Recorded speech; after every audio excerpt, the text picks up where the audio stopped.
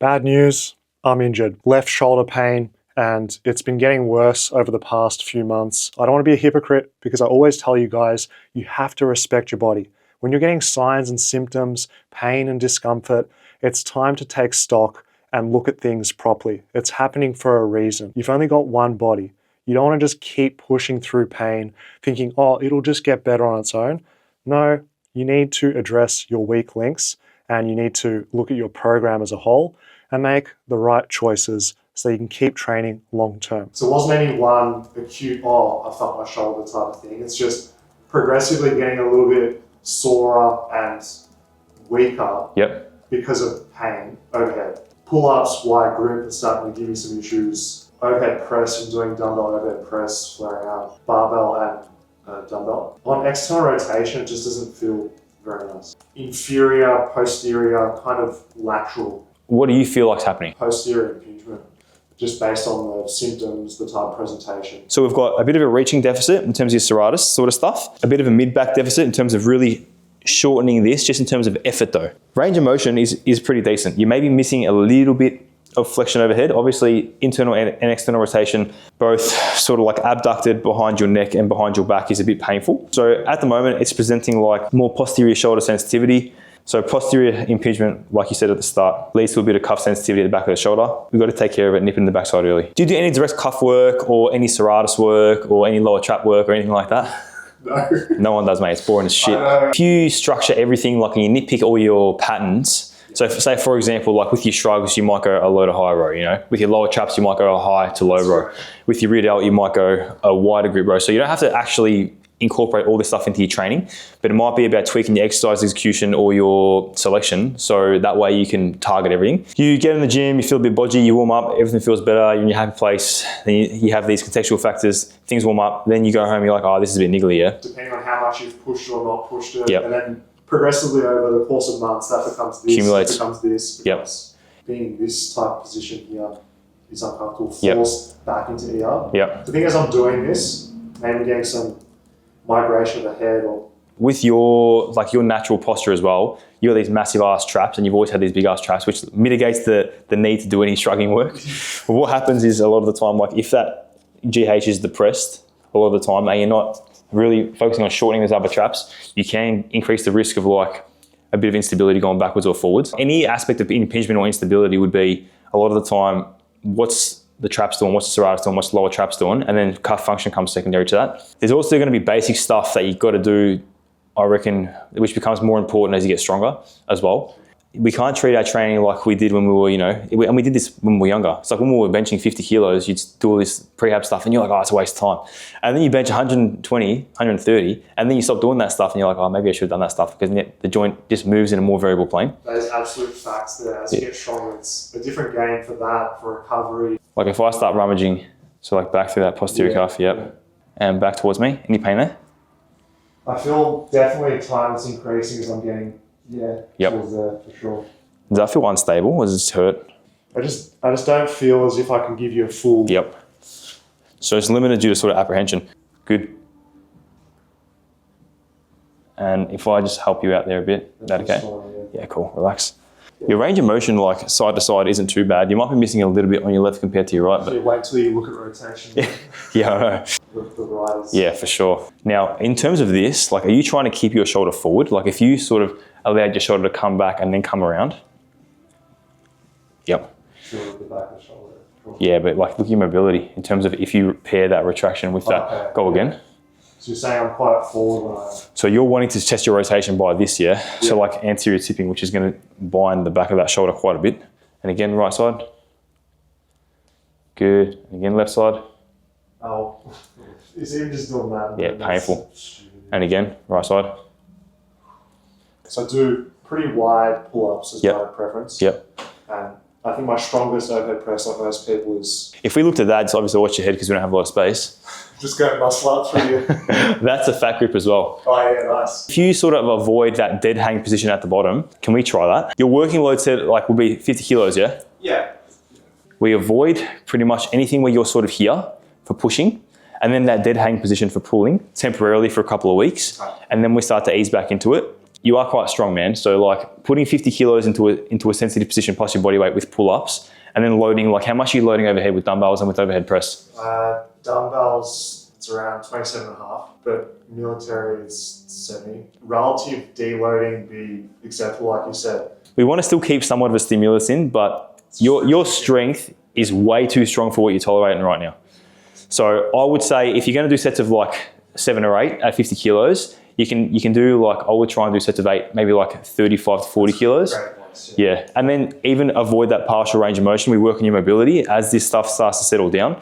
Then we build you back into that full range of motion position. It's too sensitive right now to poke into that under the lows that you need to use for your strength work, pretty much. Makes sense, because if you continue doing those loads and aggravating it, even if you're doing all the right stuff, scap, cuff, it's not going to allow the time to settle down. On pain inhibition, reducing my ability to do the stuff that I should be doing as well. Exactly. And then it just further stimulates that pathway of pain, and you just continually stir it up. Any pain there, like as you come back?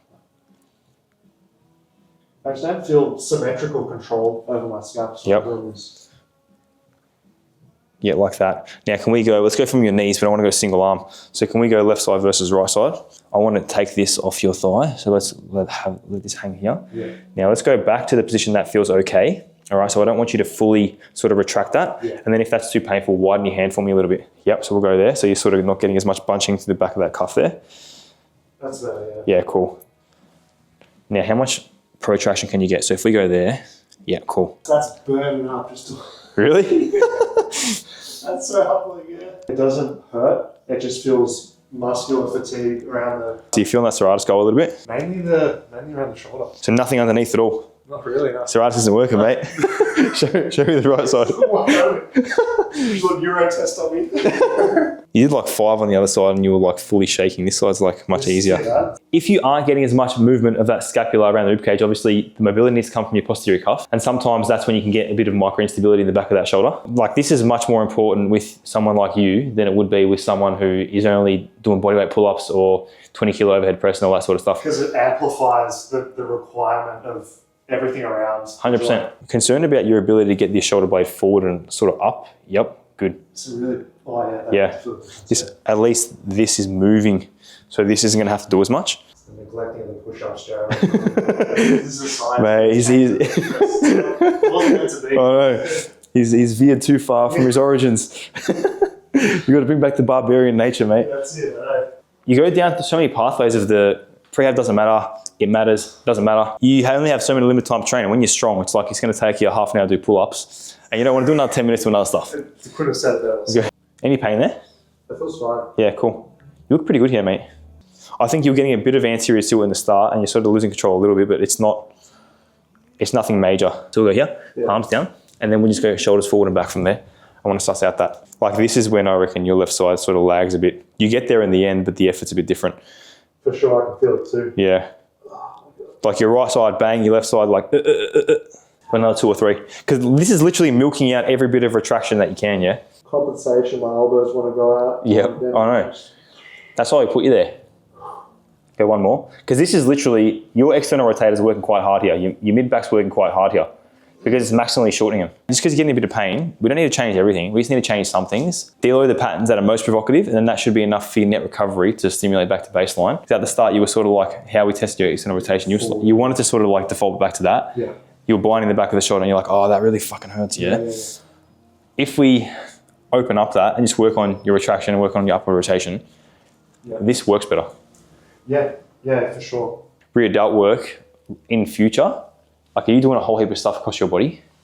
Zero rear delt work ever, because I've always got everything I need from vertical and horizontal. Yeah, I reckon it's going to be worth like, we start to do some of this stuff and as you bridge back up here, I reckon you're going to need to do something that's targeting that area directly. Makes sense, because you're also getting, because that even just that stretch there is giving you some issues there as well. 100%. Well, this is the thing though, because if you're always wanting to jam this up, I want this rotating with your shoulder. So everything across your mid-back lengthens when you train your rear delts, if you train them in a way that you're reaching. And then that essentially allows this to do a bit less. So it's about promoting as much mobility as we can through your scapula, not just training this as well. Is that something you'd recommend long-term, some rear delt work in my case? Reaching? Yeah. Yep. long term, I reckon for now, if we add it in too soon and it's sort of like there, it's going to annoy it. Yeah. But we start off with some mid-back iso work, then we can progress the angle sort of like towards some shortened range rear delt stuff. So you're like sort of here. Yeah. And then we gradually ease towards that provocative position of like bringing that arm across the body. Perfect. Yeah. That's good. It's literally about giving the back of that shoulder the best opportunity to not move as much, essentially. Okay. So it's just migrating because the other stuff isn't doing much of it. If your shoulder isn't, especially with protraction, if it's not coming up, what do you think is going to happen? That head is going to go bang. Yeah? Yep. And even if it's a little bit over time, if you're using high loads, it matters. It doesn't matter when someone who's 80 years old, mate. It matters in you who can pull up and do 10 sets of 10 with 50 kilos. What can I say? We've skewed too far from nothing matters, mate. Everything matters, and it depends on the context. It doesn't have to be an all or nothing. I'm not doing a 30-minute single cuff. Exactly. Just 10 minutes, as you said. Literally. Now, do you want a foam roll under your neck? Yeah, well, too much good. That's that huge. I know, mate. Those lats. It's a blessing and a curse. The sports science days, Mr. Lats.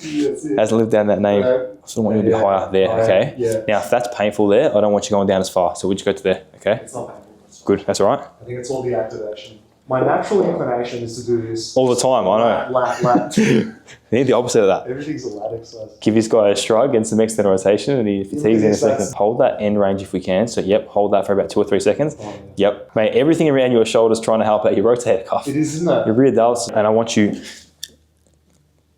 there. Okay, so on that. Yep. Do you know why your traps are so big? Because you got so good at using your lats. All the research now is about how that stretch position is good as for hypertrophy, yeah? Yeah. Also, because I'm just... You're jamming those shoulders down all the time. The traps are sort of being lengthened all the time. Yeah. These massive traps. But now you've got to get good at the opposite of actually shortening them. Things to consider. Number 1 is going to be avoiding provocative portions of the overhead pushing and pulling range of motion, all right? So this is going to be like a dead hang for pulls, and then this is going to be full extension for pushing work. Like, because you're sort of wanting to be here, I reckon, with your push. And even from just some of your Instagram videos, like when you do get into that range, I reckon it's going to be worth for you trying to train that reach. Yeah. Missing this left serratus. I know. Like with this sort of stuff, your low stim work, I want you to do it every day. Obviously, it's motor control stuff. I don't want you to be doing rehab for half an hour a day. Low stim work, cap it at 10 minutes, and that's it. Yeah. Temporarily modify your training for a couple of weeks, and then you reintroduce stuff, and you're probably going to be fine. If I had left this and just kept pushing through and through and through, the function that I would have would slowly diminish. The pain would increase. Yeah, and then it's like realistically speaking, if you keep on doing that and you ignore it, you're at risk of a labral tear, because the load that you put through your shoulder is more than the everyday person as well. I know, that's why with these particular symptoms, I wasn't playing around with just wanting to push through it. I'm well beyond that. Masterclass in how to assess the human body level. Help yourself get stronger by addressing your scapular and rotator cuff.